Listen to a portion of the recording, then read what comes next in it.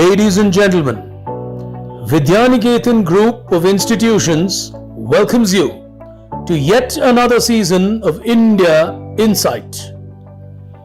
Envisioned by Mrs. Prema Rajagopal, the founder of this institution, way back in 2004, the objective ever since has been to enhance the knowledge of India and appreciate the diverse culture of this nation.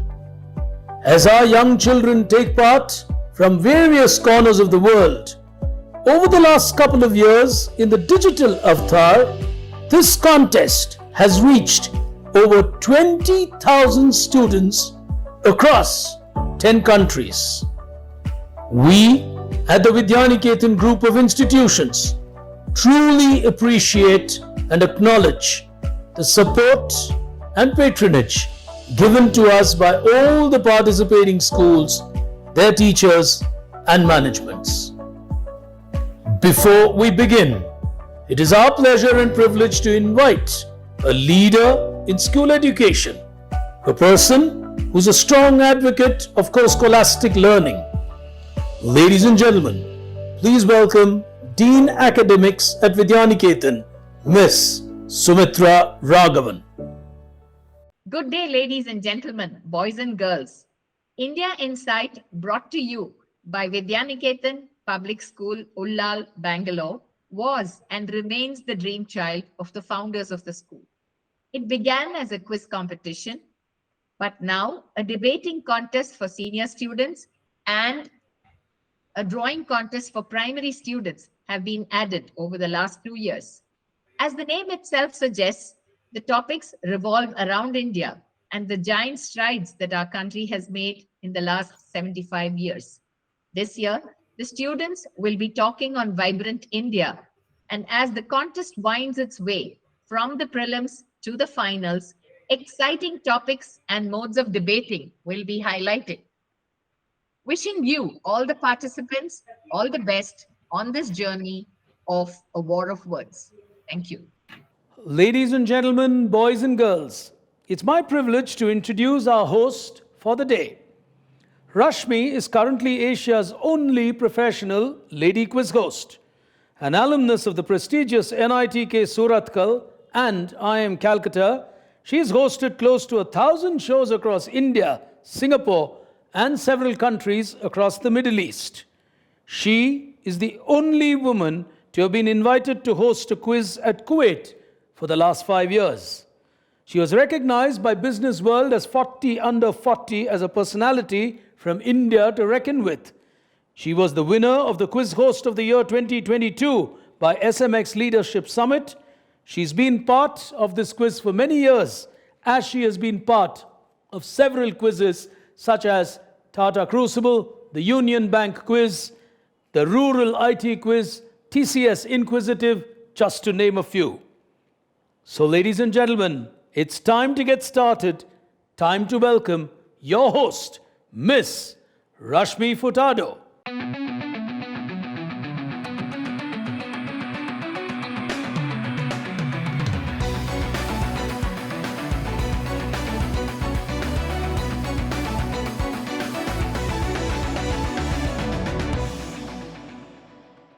Hello, ladies and gentlemen. Welcome to the third semi-final of the India Inside Debate Young India Speaks 2023.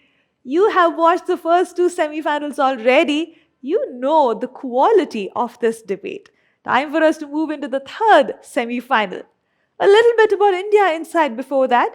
India Inside is conceptualized by the Vidyaniketan Group of Institutions. This was a vision or a dream of their founder principal, Mrs. Prema Rajagopal. She always wanted the children of our country to be proud of our country. And this particular event, India Inside, the platform, is a step towards realizing that vision and that dream of hers. The India Inside event, of course, started in 2004 as a quiz and later on evolved into being multiple events like drawing, debate, and quiz. So let's get started with this semi-final here today of the debate. Let's move on to get to know our semi-finalists here today. Our first semi-finalist joining us from Bengaluru is Yashwin from the Vidyaniketan Public School.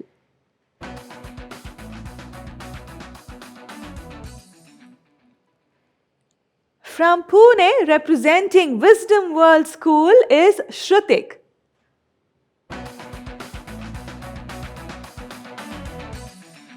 Representing the Wisdom World School again from Pune is Mansi.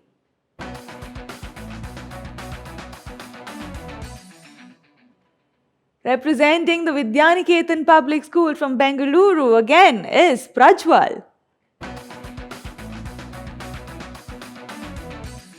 And completing the lineup for us here today, all the way from Oman, representing the Indian school Salala is Zaina.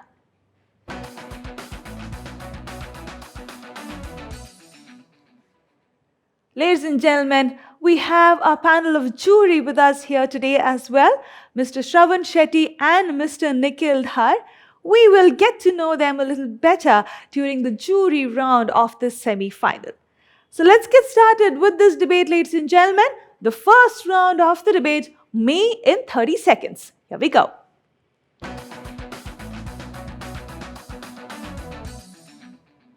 The title of the round is pretty self-explanatory, but what these contestants need to remember is that it's easy to introduce yourself, but doing it in 30 seconds in a manner that's impactful is what they need to remember. So let's get started. Contestants, each of you have 30 seconds. Remember that. Let's get started with Yashwin. Yashwin, you have 30 seconds of time. Please go ahead. Thank you, ma'am. Greetings, I'm Yashwin, a citizen of this nation and a Great West student from the Garden City of India, Bengaluru. I'm a space enthusiast. I love to dive into the world of modern United Nations and keep my finger on the pulse of current affairs and rev up my excitement as a devoted Formula One fan. Beyond the stars, diplomatic discussions, and racetracks, I'm always up for conversations that blend my interests and others.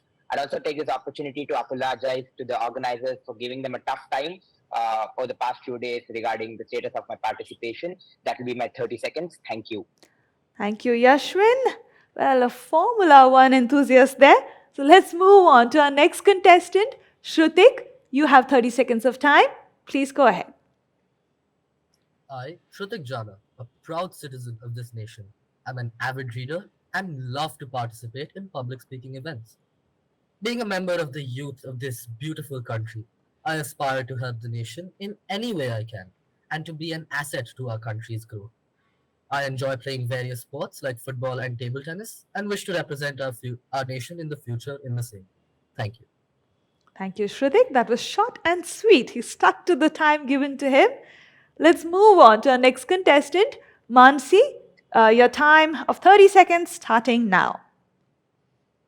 I am Mansi Gunaseelan, a proud citizen of this vibrant nation. As a member of Gen Z, I adore Taylor Swift, pizza, and social media.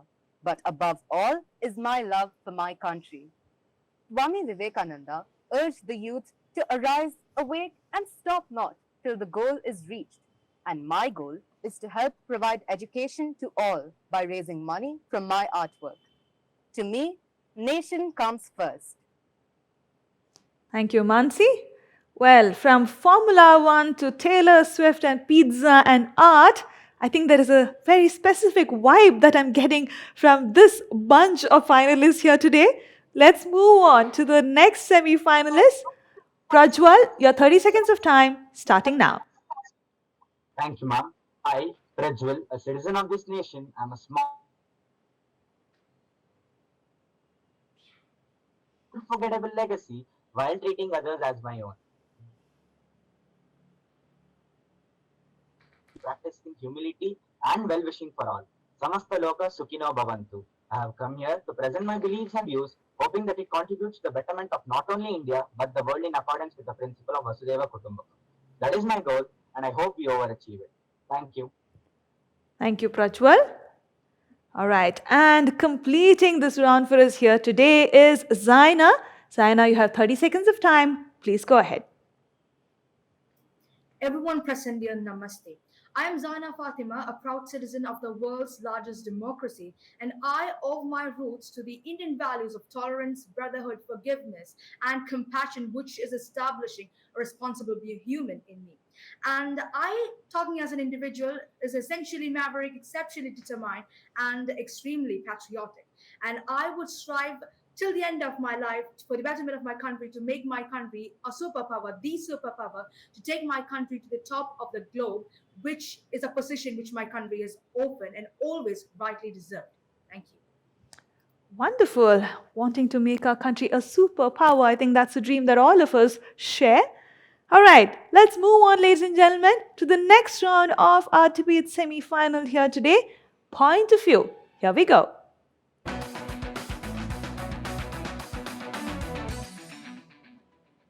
All of our semi-finalists have been given a common topic on which each of them will speak and put forth their point of view for 1 minute, not for 30 seconds, for 1 entire minute. So let's take a look at the topic that has been given to them. Topic on their screen: top 2 critical transformations that India currently requires. I think we call them the future of our country and the world. I think we need to listen to them and understand from them what they think are the top 2 critical transformations that our country requires. So let's get started. We'll go the other way around. We'll start with you, Zaina. You have a minute's time on the topic. Please go ahead.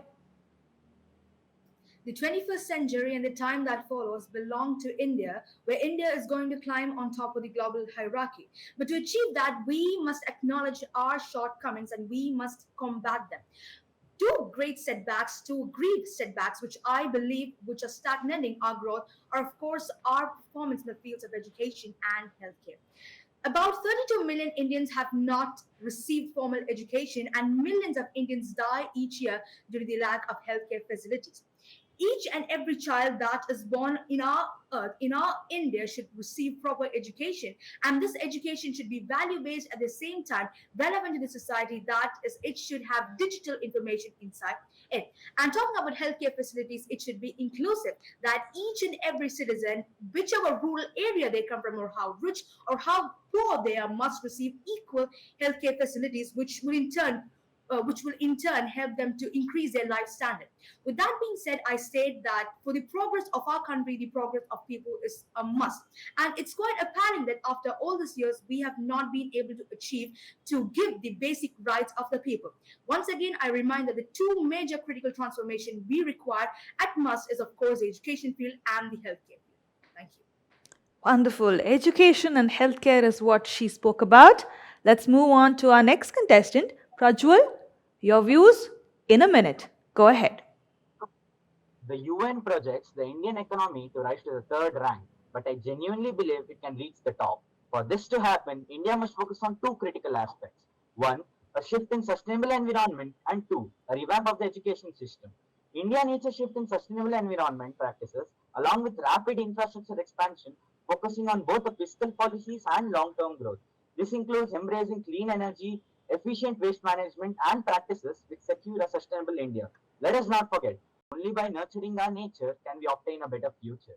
A complete change in our education system is not only essentially but mandatory for a better India.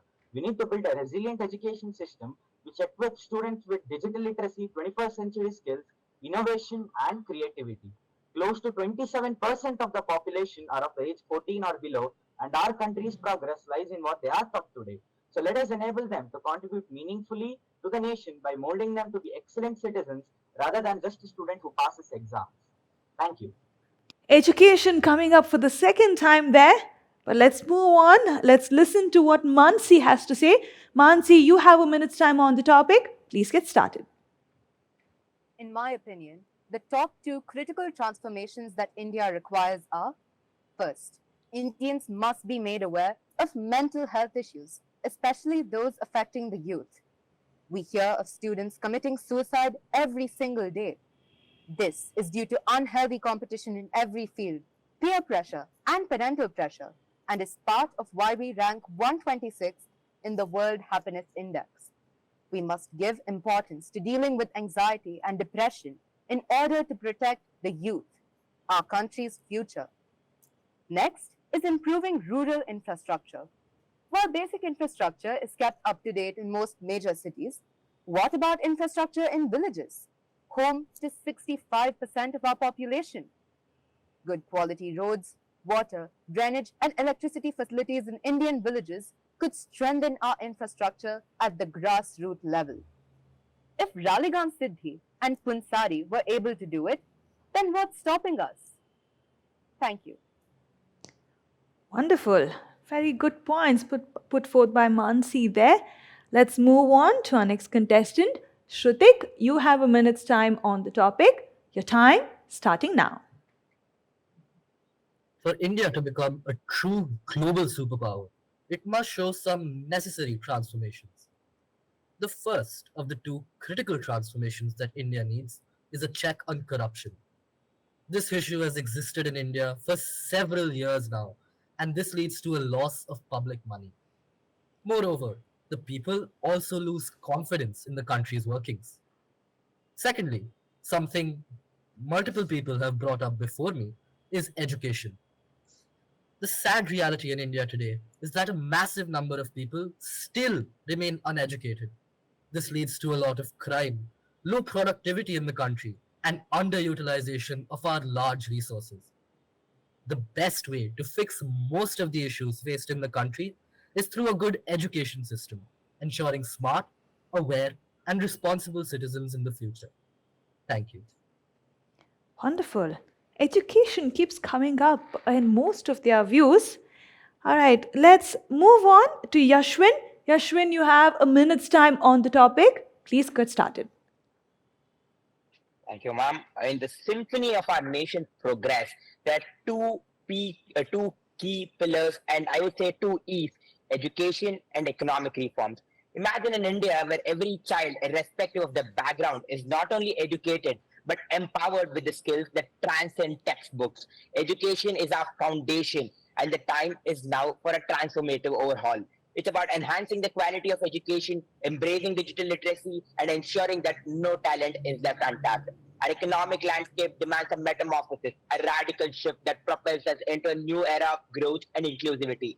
Economic reforms are the catalyst that unleash the true potential of our nation, streamlining regulations, fostering a business-friendly environment, and encouraging entrepreneurship. This isn't just about the numbers on a balance sheet; it's about livelihoods, dreams, and the promise for a better life for every citizen. The urgency is palpable. As we reform education to equip our youth for the challenges ahead, let's concurrently pave the way for economic reforms to amplify their opportunities. Thank you. Thank you, Yashwin. Ladies and gentlemen, that was point of view of all of these contestants on the topic that's on your screen. It's time for us to now move on to the third round. War of words. Here we go.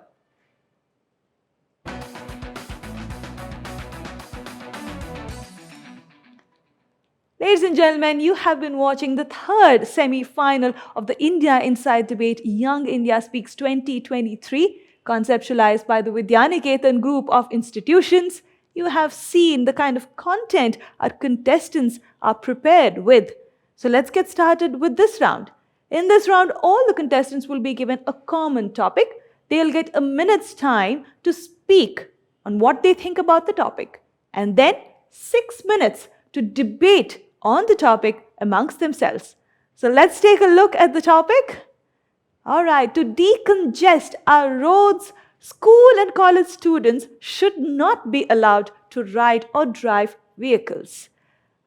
This is something that has come up as a debate multiple times, at least in my circle. I would want to know what this age group has to speak on this topic. So let's get started. Yashwin, we'll start with you. You have a minute's time to speak on the topic. Please go ahead. Thank you, ma'am. Limiting the ability of school and college students to ride or drive vehicles to decongest Indian roads is a proposal that asks for careful consideration. While it may contribute to reducing traffic, potential challenges need to be weighed, such as the impact on students' access to education and extracurricular activities. Alternative solutions such as promoting sustainable transportation and improving public transit should also be explored to address congestion without restricting personal mobility. Striking a balance between decongesting roads and ensuring the practicality of daily life for students is crucial in shaping effective transportation policies. At the end of the day, as I'll have to choose sides, I'll have to challenge the agenda at hand as I feel the challenges outweigh the advantages. Thank you. Thank you, Yashwin.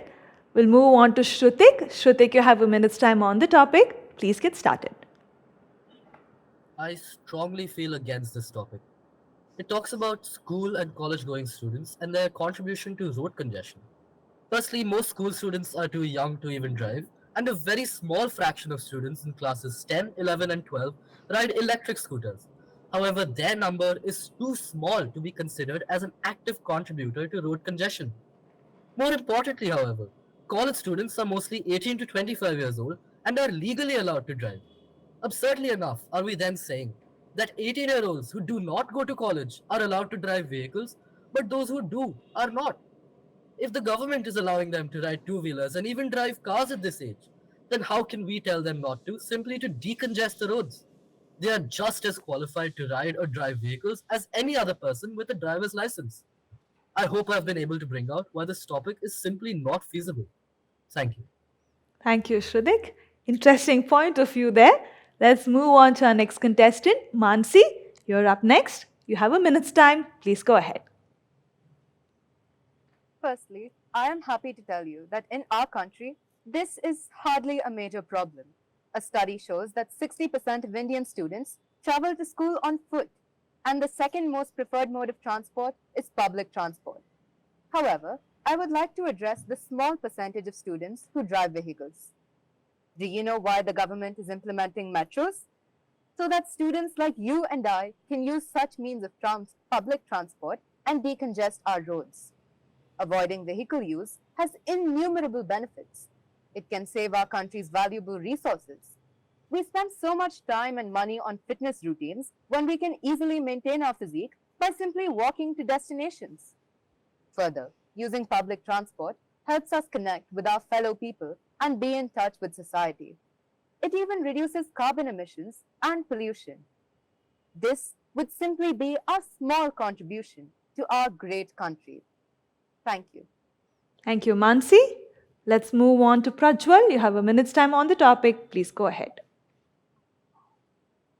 I vehemently oppose the motion to not allow students to ride or drive. Prajwal, sorry, you need to sit back, please. Sit back. You're coming further. Sorry. Hold on. I vehemently oppose Hold on. Go ahead. I vehemently oppose the motion to not allow students to ride or drive vehicles. Out of the 140 crore Indians, only 20% are school and college students, out of which an even small number use their own vehicles to commute to schools. By disallowing students who use vehicles, we not only hinder their educational growth but also contribute little to nothing in decongesting roads. Rationally speaking, office workers and employees occupy more of the roads than students. Infrastructure in India, especially public transport, which is also coincidentally the next best alternative to students, is insufficiently developed and inequitably distributed to handle the mass of students who travel to schools. Barring students from using vehicles is practically not a good solution at all. Public transport facilities are not proportionally developed to accommodate the needs of students, and there are various socio-economic and populational issues too. Even if we mitigate the risks of pollution or accidents, it is not worthwhile to revoke students' access to vehicles itself, at least not in the current scenario of India. Thank you, Prajwal.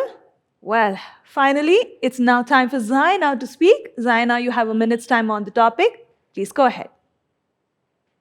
The motion on today's floor is that to decongest our roads, school and college students should not be allowed to ride or drive vehicles. And just like how my predecessors who spoke here spoke, I strongly condemn this notion, as I find it ridiculous that this motion has been brought up on this floor while there are even more impactful and even more meaningful changes that we need to make to decongest our roads. For example, first of all, only about 7.5% Indians own cars, and rest of them are pedestrians. And believe me when I say pedestrians, as all of us agree, are a threat of traffic jam and and rash driving is a threat to their lives. Considering few years, the amount of cars on Indian roads has increased substantially, while the Indian roads could not keep up with pace with that sort of development. Next, India is also home to different kinds of illegal parking and botched roadside construction works. With all of that considering, I strongly condemn this notion and I once again state that the motion must fall. Thank you. All right. So now it's time for the war to begin. You have 6 minutes of time. Remember, towards the end of the 6th minute, if you arrive at a conclusion, that would help. If not, that will not be held against you. Okay? I will not intervene unless, of course, you're crossing the 6-minute timeline that has been given to you. Okay? Good luck to all of you, and the floor is open. Like there was Greetings, this greetings, particular everyone. opponent who stated that walking, that is when students become pedestrians, they're allowed to be, what do you call, they get to interact with their friends and all. But considering the Indian roads, you guys know it more than me know, we know how rushy it is, what sort of rash driving happens out there. So basically making students pedestrians is actually a great harm to them. About 50% of accidents which happen in India are pedestrian accidents. So considering that, making students pedestrians can be a harmful move. Plus, consider this, in the Indian roads, when people walk, that tend to, what do you call, limit the traffic, hence, which causes a traffic jam there. One more thing which I would like to add is that students, as mentioned earlier, are the biggest users of public transport, and only a handful of students use their own personal vehicles. With all of that considering, I strongly state that the motion must fall. No, we are all of the opinion that school and college students should be allowed to ride or drive vehicles because it is completely impractical and not realistic at all to decongest the roads by stopping students. And also, Yeah, I do agree. definitely go in order. I do agree with that. I do agree with that notion. But the thing is, yes, as my fellow competitors have been stating it, that this to decongest our roads, not allowing college and school students taking their vehicles out is not the only measure. There's a lot of other things. As said, as the stats do the talking, there is a lot of other people. The majority of the roads, vehicles in the roads are of office goers and adults, and there will come up this issue of safety when it comes to school and college students because they are not underage, they are not of the age of maturity, that is basically 18 according to the law. They're not major enough to drive vehicles. They're not fundamentally, they do not have the judgmental capacity as of adults. Yes, accepted, but this law was drafted way back in the 1900s when the computational logical thinking powers of human brain was less. As the theory of evolution states, human minds have evolved throughout throughout the past few years. Now, people of age groups of 15, 16, 17 are more judgment are more easy to judge.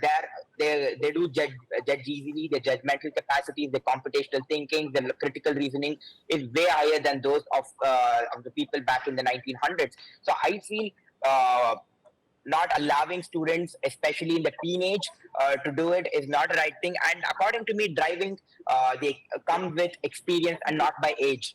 As you drive more and more, you get the I was hold of driving. sorry to interrupt you, but what I feel is that all of us, we're all students, and tomorrow we will be tomorrow's generation. So, while considering that, it will be grateful if we talk about the alternatives, how we can use to decongest our roads. For example, rather than limiting students using it, the government can bring out a scheme which will change the working hours and the student school timing, so that we can limit the peak hours. And when I did a research, I found out that the best roadways belong to Singapore, and a few years ago, they themselves faced this decongestion problem, and what they did was that they started what you call having tolls for peak hours, so that people themselves started changing timings so that they can suit the roadways. Or we can just go back to the basics and With inculcate the main, But every country has their own problems. just think about this. We can go back to the basics, carpooling, and we can just improve public transport as a whole itself. For example, I agree with you on that note. Yes. Bangalore, Public transport. Bangalore is growing at a 5.6 kilometers per year, the metro expansion, but Delhi is growing close to 30 kilometers per 5 years. The distribution or the scale of operations which is happening between two states is completely different. So rather than just inculcating or debating on why we should allow college students or not, as Zaina said, we can talk about solutions or alternative stuff to decongest our roads itself. One of them can definitely be carpooling, efficiency of public transport, and you have something so you can go.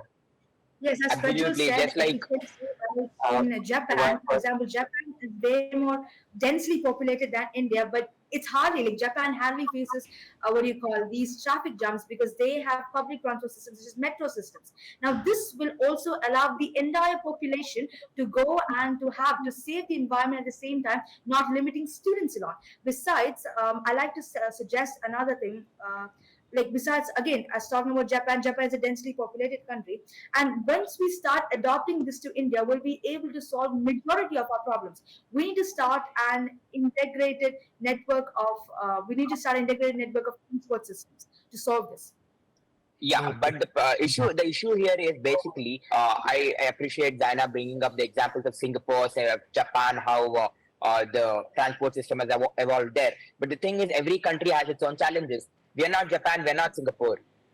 So we'll have to cultivate policies. We'll have to come up with policies, formulate regulation, formulate transport systems. Yes, That sure. is One second. that Yes, just sure. a second.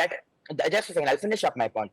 That is basically adaptive to our environment, to our socio-economic conditions. Metro, for example, in Bangalore, in our city, for example, before personally, when if I need to travel to one corner of the city, it used to take 3 hours. That's a lot of time. But now with metro coming up, the travel time has come down. And I think formulating policies like this, which is sustainable, which is comfortable to people, and which is also that is easily adaptive to the society is the need of the hour, according to me. Yes, I sure. I think would like Ashwin to and add on China. to your You points. spoke about Singapore's and And Japan's example, Singapore. right? We also Only need because that measures we which can are learn from their specific only mistakes. to India itself, like tailor-made for India. We have a whole load of youth population. We also have a lot of people, especially elder people, who use most of the cars. Shouldn't elder people be banned from using the roads then? Since they Yeah, are the again, that would primary start a source of new transport. debate topic about elder people. It's not just one specific group of people. It's like all of us. It should, if a law comes like that, it should affect the entire population, not just one particular set of group. And I mentioned Japan and Singapore because we No, can learn from something a policy I believe was very good was the one implemented in Delhi where there were alternate days for odd numbered cars and even numbered body. cars. Correct. Yes. Things like I was that. about to come That to is that point. a And solution. That's I great. believe I believe that our end goal shouldn't be to ban some cars or ban some other cars. I believe that the end goal here should be to gain the entire public's confidence to use the public transport system so that no one wants to use cars anymore. You have a minute's time So the left. Develop the efficiency of the public we, transport we should system should develop go up. our public transport system. But Yeah, there that's is it. another challenge to this. If you completely rely on public transport, you'll have to increase the number of buses, increase the number of trains. That again comes back We to square one, where we go to congestion. no, So no, this it's not needs like to that. It's happen not in a like that. balanced way. It needs to happen in a balanced way so that there is personal transportation and there is public transportation. Both are used accordingly. When needed, we use public I agree. transportation. When needed, we use personal Um, transportation. And now when that needed, we use other as you ways of mentioned, when transportation. we use, that really depends on who is driving. Because again, which I like to say that education too depends on this in raising awareness among the drivers of when to use and when not to use. Because how much schemes the government introduces at the end of the day depends on each driver about whether they choose or they choose not. So when that comes, it also depends on educating the driver about being ethical in the process as Contestants, your well time is and not. up. Your time is up. Oh. I have to interrupt Ma'am, you. Your time is up. please conclude me. No, I'm sorry, I cannot give you any more time. I told you all in the very beginning, you've already crossed 6 minutes. I waited a little longer to see if you could arrive at a conclusion. I can't give you any more time, okay? Well, ladies and gentlemen, while all of them agreed, saying that students should not be stopped from using the vehicles, they were trying to come up with solutions on what else can be done. That I think is a good mindset, but they could not agree on the solutions itself. So let's move on to the next round, the final round of our semi final, the jury round. Here we go.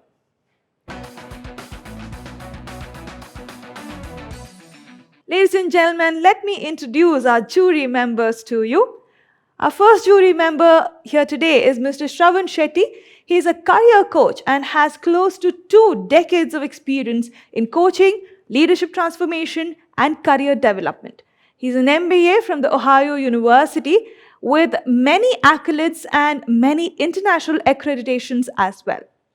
He has worked closely with UNICEF and UNDP in the genre of career development, and he's a regular invitee and a speaker at national conferences in the area of career development and future of work. He has also addressed many corporates from the Fortune 500 companies, and he has done this across geographies in India, Malaysia, Oman, and Kuwait. Shravan, thank you so much for joining us here today and making time to be a part of this event. Always a privilege to be a part of any India Insight program, as well as the programs that your organization does, Rashmi. Thanks so much for having me here. Thank you, today. Shravan. Let's move on to our next jury member here today, Mr. Nikhil Dhar. Nikhil is an army veteran and an educator, an interesting combination there, with a decade of service in the Indian Armed Forces and another decade in various roles in education, from marketing and PR, logistics, training and development, and to pastoral care. He has completed his executive education from IIM Calcutta, and of the many hobbies that he has, he loves traveling, meeting people, making new friends, and of course, trying new cuisines. Thank you so much for joining us here today, Nikhil. Thank you for making time and being a part of the semi-final. Good afternoon, everyone. It's always pleasure to be with the vibrant Indian representations which we get in form of the young kids, and it's always pleasure to be part of such debates, such the new perspectives which we get to hear, and it's really enlightening. The young generation, the care for their country and all. It's really aspiring, and it's really good to see the the energy levels of the young kids for their nation. Thank you. And thanks a lot, Rashmi, for inviting us to be part of the jury. Thank you. Thank you, Nikhil. All right, so we have 5 contestants here today. So we will have to go with the odd and even number for both of you. I would request both of you to stick to 1 question each for a unique set of students. In the interest of time, I would request you to stick to that. Shravan, would you like to get started, and whom would you like to speak with? I would like to speak to Mansi, actually. Please go ahead. Yes, sir. So, Mansi, I observed that you were one of the people who was vocally for, whereas everybody else was taking a position of going against, the students, being limited in terms of their vehicle usage as such. So, my question actually is also because during the debate, we didn't really get to hear your voice. So, that could be because your peers were actually very passionate and you didn't get a chance to put your perspective in. So I would like to hear from you any point of view which you think which hasn't been covered in the debate so far, to support what you said initially. So I believe that, the people who are actually using vehicles among students, as my opponents and I mentioned as well, that percentage of people is very less. But again, one of the solutions that we had agreed upon is promoting the use of public transport, and especially the metro in Pune as well, because that can be used by students. And even if you do not prefer the other public transport like public buses, etc., the metro is a good alternative to using vehicles on our own. And carpooling as well is a great is a great solution. But I also believe that studies have shown that the youth actually does lack maturity, and so it is somewhat dangerous for students of 15, 16, 17 years of age to ride vehicles, and that's why I chose to stand for the motion. So as I'm not going to ask you a further follow-up question. So my understanding is what you're saying is that the youth need to be first learning the responsibilities of being a citizen before actually, pressing for rights of equal rights to plow their vehicles, ply their vehicles in the city, right? So Precisely. that's I believe they should be educated first. Okay. Thank you for your point of view, Mansi. Thank you, Over to Mansi. you, Nikhil. Thank you, Shravan. Nikhil, whom would you like to speak with? Yeah. So I would like to speak with Shruti. Please go ahead. So, in fact, I will touch upon both the things which you had a discussion, the debate, and as well as so both are linked actually. A very interesting point you brought out. If non-school is the non-school going and the college going school kids or college kids, they can drive. Why not? Why to restrict the others? Yes, And sir. also, interestingly, also brought out on a check of corruption in your two transformations, right, for the country. So, is there these both of these like things can be combined? Do you think that corruption also has a role that it can actually help in reducing the traffic congestion and all that in country? Yes, sir. So, something I believe that is that corruption majorly impacts our development in a negative way, because the money that the public has for the betterment of the public is not being used to its full extent. India as a country has always suffered in its implementation of its programs. While the programs have very high ideals and aim to do much good, they are unable to do so. And one of the major factors for this is corruption. Similarly, for public transport in Pune, the metro has been under construction for over 15 years now, and it has only just started over a very limited stretch. And I believe that for development in larger ways, corruption needs to be checked, and this will help in the development of all sectors, not just public transportation. Okay. Thank you, Shruti. Okay. Thank you. Over to Shravan, please. Thank you, Thank Nikhil. you. Yes, Shravan, whom would you like to speak with next? I would like to,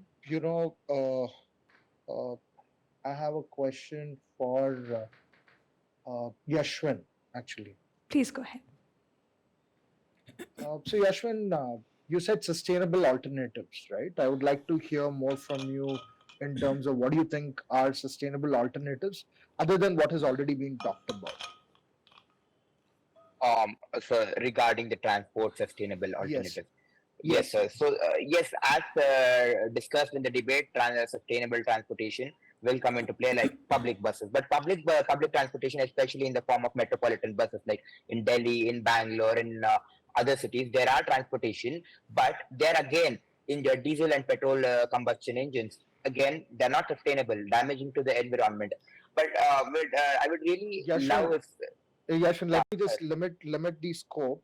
So what I'm talking about is that we spoke about young people, using vehicles and traffic congestion. So specifically, when we look at school and college students, what do you think could be sustainable alternatives for them to use if they're not going to uh, use? So I want to specifically look at what can be done with the youth.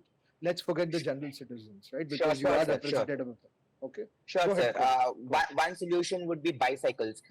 Back in the days, people used to use bicycles. It was one of the most enjoyable type of transportation. I myself enjoy riding bicycles. But there will again, it has evolved throughout. People are now looking for more mechanical ways, for more easier ways to reach places. Bicycles can be a really good sustainable alternative because they do not contribute to carbon emissions, etc., etc., but they also contribute towards the health fitness of a child, especially of a student. While sitting for hours in classrooms and then riding back bicycles to home, that will ease up the muscles, everything. That will be one. And then electric metros. Now most of the places have electric metros. Most of the cities have. Other things could involve. Uh, there are examples in the West where students skateboard to school, but again. Looking at the conditions of roads in India, it's not an ideal option skateboarding to schools. But if there is an option of that where the roads are good and you can skateboard to school, it's again a good alternative where you can it contributes to fitness and also does not cause a lot of harm to the environment. These are some things that just came up to my mind as I was speaking. But there are a lot of other alternatives which will come into everyone via brainstorming and all those other techniques. Noted. Thank you. Thank you, Yashwin. Thank you, for your Yashwin. point. Thank you, Shravan. Nikhil, whom would you like to speak with next?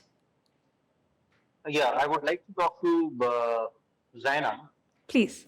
So, Zaina, again, I would like to combine both discussion points.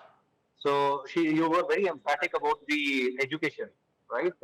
Like transformations, key transformations. You mentioned about education. So now coming to the uh, decongest topic, where this was pointed out. Can you just link up both the things, like with education? Can this traffic thing can be the solution can be reached on that? Sure, sir. In my perspectives, yes, of course, we can link it up. And of course, I believe I mentioned in the previous round that at the end of the day, how much schemes the government introduce, how much the government tries to decongest the roads, finally, it depends on the driver. So before a person gets to drive in the public roads, he or she must be well educated regarding what he's supposed to do and what he's not supposed to do. Now, this can also be to limit the speed limits, at the same time not do, no, as I mentioned earlier, illegal public parking. Now this can also be avoided. Now all these small steps which we do, which the people out there who drive do, now they can make a great impact when it is considered collectively. When we educate our drivers, when we tell them to be, what do you call, ethical out there on the road, when we tell them to be lenient on the road, then when they start accepting it, and when we raise awareness to them regarding the use of public transport and not using all these private transport to travel small distances, then once we start raising awareness about them, then they're meant to follow it. And if they follow it, then as I mentioned earlier, these small impacts will make a huge impact on the society, on our country as a whole, and we will be able to decongest our roads without actually limiting a particular sex availability to a particular sex availability to the driving to the vehicles. Okay, thank you. Thank you, Thank Zaina. you, Jaina. Thank you, Nikhil. Yeah, over to Shravan, please. So, Shravan, we are left with Prajwal. Please go ahead. So, Prajwal, my question is a part summary of the situation, and also specifically to a keyword that you used, where you mentioned when you were taking a stand saying that it's illogical to you kind of bring in the stipulation to limit students' movement because it does not really impact traffic to that extent. So let's just separate the school and college students and look at the peak time of traffic, right? So the traffic department has identified that the peak time traffic, you have office goers and you also have college students. And in terms of office goers, they are kind of spread even more widely out. You have electronic city, you have IT parks and all of that, right? So taking that into consideration, would you like to revisit and see if the fact is that India is one of the youngest countries in the world, right? And you have a population which is young, college going, and immediately going for work. So would you actually want to still stick to the statement of saying that it's an illogical move for the traffic department to kind of put limit on vehicle usage of college students? Because there is an impact on peak time traffic, right? And the college distance is defined, whereas for office goers, it could be varied and longer distances. So taking that into consideration, would you any comments on the word illogical that you used about this law which they're trying to push through? What are your thoughts? I was very mindful of what I was speaking and made sure to phrase it in a way that there won't be any loopholes, but I'll still try to answer the question to my best of abilities. Okay. Sir, if you told about the peak hours, right? Usually, let's say that the estimate is around schools and offices start from 8 and end at 7 or 6. Okay. As I mentioned, less than 20% of entire India's population use vehicles. Sorry, are students and college goers. And upon Okay. them, people who commute to work only by vehicles is even more less. Okay. So just to remove that, reduce decongestion itself, removing that essential part of the population is, as I think, unpractical itself, sir. No, my question, my question, Prajal, just to my question is, I'm not debating with you on this. I don't want this to be a debate. My question Okay. is that would you like to rephrase the word illogical No, sir. to some other No. word, or would you like to stick to the stance saying that this move by the traffic police or by society is still illogical? Would you like to change or soften the word, or would you want to still stick to the usage of the word illogical and impractical as you are stating it? It's just a Uh, yes or no. So you don't Unpractical. you're sticking to that No, sir, I'm stance. You're not going to. Okay. I'm going to stick to the stance, but if I'm given an option to change the word, I'll change it to unpragmatic. Unpragmatic, is it? So, Yes, sir. okay. Unpragmatic still means foolish because pragmatic makes sense. So anyway, I get the drift of what you're saying. Fair point, fair point. I'll take that as a closing comment. Thanks, Prajwal. Thank you, sir. Thank you. Thank you, Prajwal. Thank you, Shravan. Thank you to both our jury members, Nikhil and Shravan, for making time and being a part of this event here today.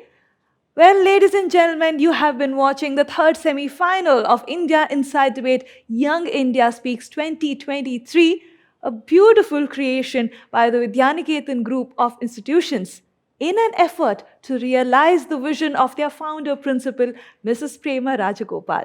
The winner of the third semi-final of the India Inside Debate Young India Speaks 2023 is Shrutik Jana from Wisdom World School, Pune. Congratulations to you, Shrutik. You don't go anywhere. I have one more semi-final to do, and then we will know who will qualify to that grand finale of the Young India Speaks debate. So don't go anywhere. Join me in the next semi-final.